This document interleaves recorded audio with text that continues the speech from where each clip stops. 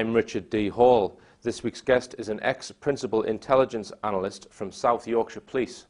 In 2010, having learned about the possible involvement by authorities in both 9/11 and 7/7 terrorist attacks, whilst compiling the annual Strategic Threat Assessment for South Yorkshire Police, he alerted senior management to a major problem on the strategic threat from terrorism, that being the threat of an internal tyranny, which far exceeded the threat from any other source, such as Islamic terrorism or the Irish Dissident Republic. These views eventually led to his dismissal. He is Tony Farrell, and he joins me today to talk about his emerging story. Welcome, Tony. Thank you, Richard. And thank you for coming on board.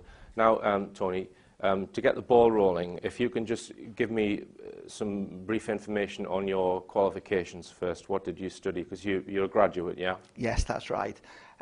Going back in 1984, I graduated at Sheffield, Hallam University, Sheffield Polytechnic in those days with a BSc in Applied Statistics. Mm-hmm. That was in 1984. I then worked within Sheffield City Council quickly into a managerial position, and then in 1993 joined the police. Mm-hmm. While I was at the police, I did two extra postgraduate qualifications. Firstly, a postgraduate diploma in management studies that was sponsored by the police, and secondly, a postgraduate diploma in criminal intelligence and analysis at Manchester University. Right. So you've been an intelligence analyst for how long? Since 1998, sorry. Okay. Now, just as a broad overview, I think there are 43 forces in the UK. That's correct. In England Each and Wales, one of them employs intelligence analysts for a range of purposes, I guess. But each one has one single principal intelligence analyst. That's normally the case, yes. So you were the principal intelligence analyst at South Yorkshire Police. So yeah, the head of profession of intelligence analysts is another way of describing that. Okay. Now then, you were asked to produce an annual threat assessment. That's correct. This was due to be handed in, I believe, last year in July. That's correct. You learned about certain things to do with 9/11 and 7/7, and you believed that they represented some kind of threat. So can you explain that for us? What led you to information about these terrorist attacks? Right. Well, there were two components. There was my work for the police and my homework. Were different, and both came into horrible conflict. So I was asked to do a strategic threat assessment matrix, a simplified model of a strategic threat assessment, and I'd always assumed that the terrorist threat was as government narrative would have us believe. So I believed the story of 9/11. As I think most people did on the day it happened. That's right, yeah. And I'd never had any reason to doubt that. And likewise with 7/7. And that was very much the case in the lead-up to when the assignment was due, which was on the 8th of July. 2010. That's correct, yes. So I was preparing all my one of my major assignments, happily not anticipating any problem. However, I have interests in my home study in geopolitical events and the history of the church. And in looking at that, I came across information on the New World Order. I didn't like the looks of, and researched more into that just as an interest, outside interest. But it was at that point, shortly before the assignment was due, that I came across, without looking really for it, information on 9/11, which was so utterly compelling, or damning, about the actual official narrative.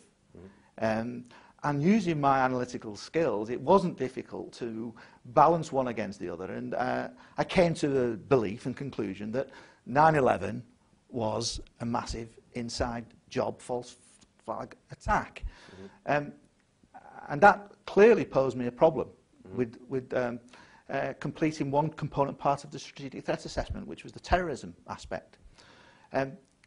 But a minister I spoke to just prior to the deadline suggested I look into 7/7. It was speculative. I didn't, in my wildest dreams, believe that could be the case. So this Sadly, is the 7/7 London bombings of 2005. 2005. 56 people died. Yes. So you looked to see whether there was information. I put the alternative hypothesis to the test and researched in my own time, in my home study, everything and anything I could find. And it wasn't long before I came to the conclusion that, sadly, 7/7, in my opinion, was a monstrous lie, perpetrated by our own intelligence services with clear government complicity at the time. Okay. Now, so you then saw that as the major threat and wanted to include this in your threat assessment. Well, clearly, if all the expectation was that I would follow the norm and actually articulate a threat that was from Islamic terrorists and Al-Qaeda, not drawing from any particular internal source other than government document narrative on that issue. This was a strategic threat, so it would be something that would support the government policy at the time, the contest, the prevent strategy that police forces were enforcing. But that was horribly contradictory to my belief, my genuinely held beliefs that wasn't necessarily the case. In fact, the case was the exact opposite of the worst possible kind, internal tyranny. So you were due to present your report on the 8th of July last year. That's correct, yes. But because of these reservations, you thought that you'd flag them up with a detective chief inspector? Detective superintendent. Sorry, detective superintendent. A director of intelligence, yes. Right. So who did you report to directly, Tony, first? I reported, my relationship was most closely with the director of intelligence, and I had a line management responsibility to do the detective chief inspector for day-to-day reporting. Right. But for the strategic work, it was always for the director of intelligence. And where would the director of intelligence be based at? He would be based in headquarters of South Yorkshire Police in the specialist crime services. Right. So you thought, look, I want to mention the threat of internal tyranny in my report because you believed that this was the bigger threat. Well, the first thing I needed to do, I felt obliged to do, is given my beliefs, formulated by my own home study, that ran horribly contradictory to the government narrative. The first thing I felt compelled to do was to alert management to that predicament that I was in. That I know, as the analyst tasked to do the threat assessment, my assessment of threat was not in accordance with their conceptual model of threat. If their conceptual model of threat was for Islamic terrorists being a major threat to the UK citizens. So you presented the detective superintendent with, these two sheets that you drew up about 9/11 and 7/7 being inside jobs. They were very much. This was all happening thick and fast, and this was an alert, saying a briefing note, saying, Houston, we have a problem here. There's so much information, if you know how to look for it, that's out there that offers compelling evidence, in my opinion, that the government have told massive lies on 9/11 and 7/7, the respective governments, and that in itself is a threat. So I was flagging this up, saying, look, we need to look at what's out there. So this is 2 days before you were due to submit this report. Right, now just read from the sheets that you prepared. You presented these to your superior officer. Rapidly growing body of Americans who no longer believe the Pentagon version of 9/11. The internet will ensure that the alternative version of events, and the one I believe, the inside job, gets promoted far and wide. There is huge potential for a total breakdown in trust between government and the masses. And then you cite a Charlie Sheen video, Jesse Ventura episode, 9/11 was the key witness murdered. You've also mentioned 9/11 NYPD, the first responder speaks out. And also you mentioned loose change, that's the 9/11. So you were kind of coming at it from the point of view of, hey, look, the people are seeing the truth and there are going to be a backlash against the government because of this, and you saw that as a potential threat to the police might have to look at. Clearly that was relevant. I anticipated that there was a shift. It seemed clear that there was a growth of doubters, and that would actually at some stage come a tipping point. Right. And that if that, with the internet, the power of the internet, such things can grow exponentially. Yes. And therefore that in itself would be a threat to community cohesion. Yes. So I was simply at this stage alerting, without necessarily taking a side, but alerting my management to a potential problem that I didn't think they would alert to. Right, okay. Now, on 7/7, you said that there exists some very well documented research available on the internet to suggest that the 7/7 bombings were also an inside job, deliberately engineered to justify Prime Minister Tony Blair's decision to stand shoulder to shoulder with George Bush in the case for going to war in Iraq. There is a highly professional and determined movement from USA led by Alex Jones. That seems determined to get the truth out at all costs. The alternative version of events presented appear extremely plausible, especially if it is assumed that 9/11 was an inside job. Jones's message is likely to rapidly gain in strength through the use of YouTube and internet, especially if the US government's version of 9/11 becomes widely discredited, as I think it will be in the fullness of time.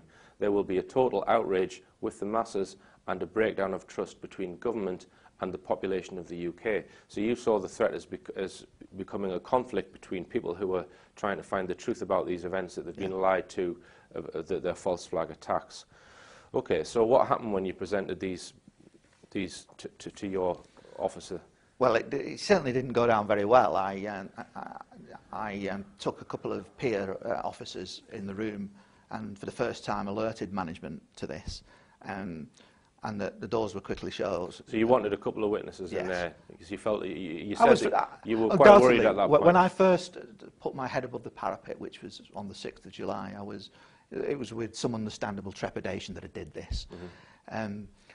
And at this stage, I wanted somebody to see, other than the manager, to see this. So, but they were quickly moved out of the office, and I had a one-to-one with the director of intelligence, and we discussed this in an amicable way. Now, they then told you to take a couple of days off.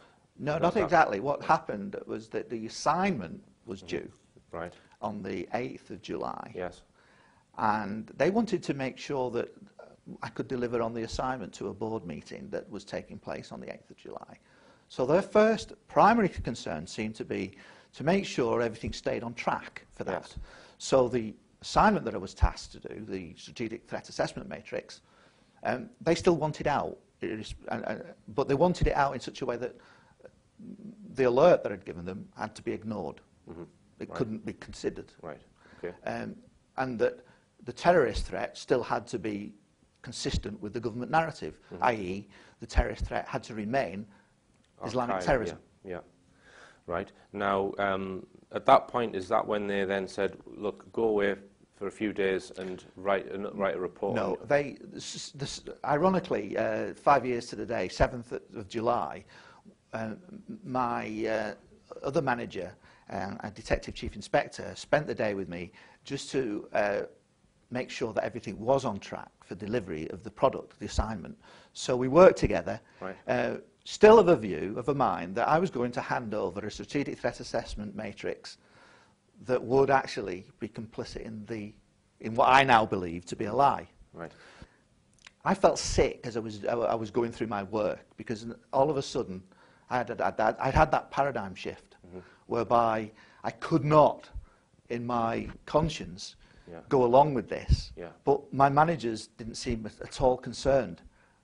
They just wanted that product delivered for the Intelligence Strategy Board, and business could carry on as normal. They didn't want me to alert them to this issue, or that's how it appeared. And for the one day and one day only, that was the 7th of July. Last year, 2010. I went along with that, and I was all prepared to deliver on the 8th of July the full strategic assessment in accordance with what they want. Right. But in my mind, it would have to go along with go with the lie.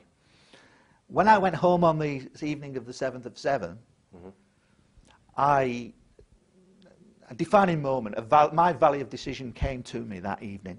Right. And I knew, conscience-wise, with the faith I have, I could not, in all honesty, go in and hand over my assignment, because to my mind that would have made me complicit in the monstrous tyranny that had occurred in 9/11 and 7/7, because I would have been supporting the lie knowingly, given what I was now convinced was a monstrous lie, and conscience would not allow me to do that.